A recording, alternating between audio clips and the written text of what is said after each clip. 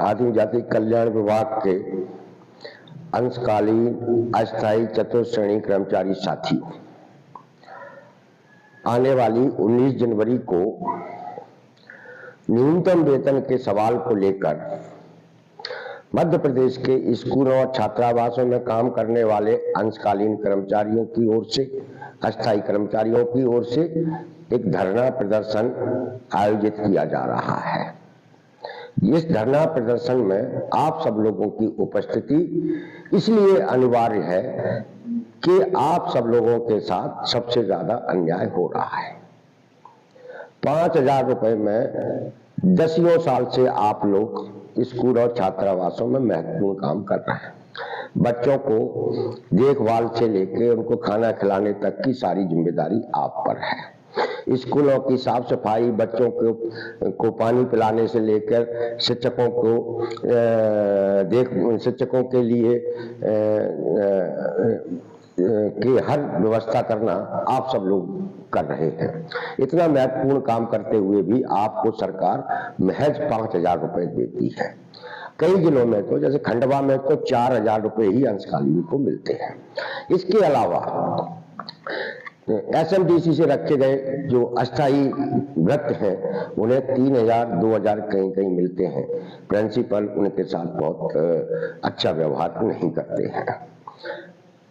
चिंता का विषय ये है कि इस मध्य प्रदेश के अंदर सरकार ने एक चपरासी का एक कैडर तक नहीं बना पाई। सिर्फ स्कूल और जनजातीय कार्य विभाग के स्कूलों में ही अगर आप देखें हम, तो छात्रावासों का जो चतुर्श्रेणी कर्मचारी है अंशकालीन अस्थायी, उसको 5,000 रुपए मिलते हैं। स्कूलों में जो एसएमडीसी से रखे गए हैं उनको 3,000 रुपए मिलते हैं।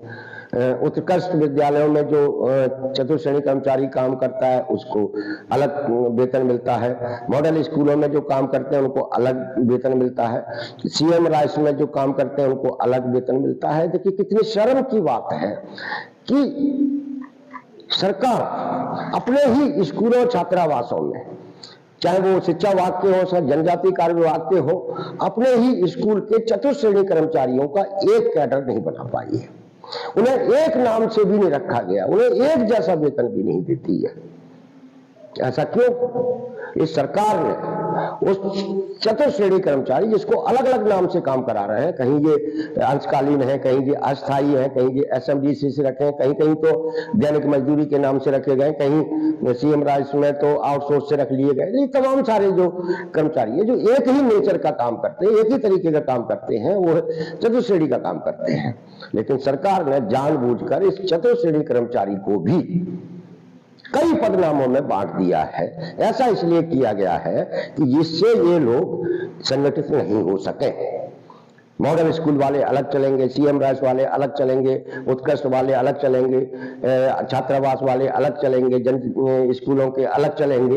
इस तरीके से जो स्कूलों छात्रावास में काम करने वाले लाखों चतुर्श्रेणी कर्मचारी है, वो इस कारण से भी एकजुट नहीं हो पा रहा था।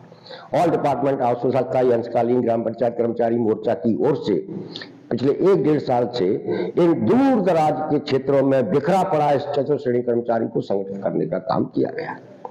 आज ये सब लोग जागरूक हुए हैं अपने न्यूनतम वेतन के सवाल को। ये हमारा अपना वेतन नहीं है, ये सरकार के द्वारा तय किया गया न्यूनतम वेतन है कि जो भी व्यक्ति हमारे यहाँ काम करेगा उसे हम, सरकार का तय न्यूनतम वेतन है 12,500 वो देंगे। इसी मांग को लेकर हम लोग 19 जनवरी को डीपीआई जो गौतम नगर में है, जहां से सारे स्कूलों छात्रावासों का संचालन होता है, वहां सारे अधिकारी बैठते हैं, उस पर धरना प्रदर्शन करके ये मांग करेंगे कि जितने भी स्कूलों छात्रावासों में चतुर्श्रेणी कर्मचारी काम करता है, चाहे वो किसी भी मद से रखा गया हो, चाहे उसको कोई भी नाम दिया गया हो, एक तो इसका एक कैडर बनाया जाए, दूसरा इनको एक समान वेतन दिया जाए और वो वेतन होना चाहिए कम से कम सरकार के द्वारा तय न्यूनतम वेतन है वो। नंबर 1। नंबर 2, हमारी मांग है कि जब तमाम हाई कोर्ट का फैसला है, सुप्रीम कोर्ट का फैसला है कि समान काम का समान वेतन देना चाहिए, मिलना चाहिए, तो एक चतुर्श्रेणी कर्मचारी, एक चपरासी को, एक चौकीदार को, एक भ्रष्ट को, एक खाना बनाने वाले को आप चतुश्रेणी कर्मचारी को भी, चपरासी को भी समान काम का समान वेतन नहीं दे सकते। तो कैसी सरकार है ये? इसी सरकार को ये जो आप लोगों के साथ अन्याय हो रहा है स्कूल छात्रावास के कर्मचारियों के साथ, इस अन्याय की ओर सरकार का ध्यान खींचने के लिए, अधिकारियों की मनमानी रोकने के लिए 19 जनवरी का धरना प्रदर्शन तय किया गया है। आप ये जितनी विडंबना है कि स्कूलों के प्रिंसिपल इन चतुश्रेणी कर्मचारियों के साथ बहुत अमानवीय व्यवहार करते हैं, छात्रावासों के अधीक्षक बहुत अमानवीय व्यवहार करते हैं। ऐसा लगता है कि जैसे सरकार ने स्कूलों छात्रावासों को प्रिंसिपलों छात्रावास अधीक्षकों के नाम कर दिया गया हो, ये इनके बाप दादाओं की प्रॉपर्टी हो, जबकि वो सरकारी स्कूल है, सरकारी छात्रावास है, जहां पर काम करने वाले हर चतुश्रेणी कर्मचारी का उस छात्रावास स्कूल पर उतना ही अधिकार है जितना प्रिंसिपल का है या वह काम करने वाले शिक्षकों का है। इसी अधिकार को पाने के लिए 19 जनवरी को प्रदेश के लाखों लाख अंशकालीन अस्थायी चतुश्रेणी कर्मचारी भोपाल पहुंचे और डीपीआई के धरना प्रदर्शन को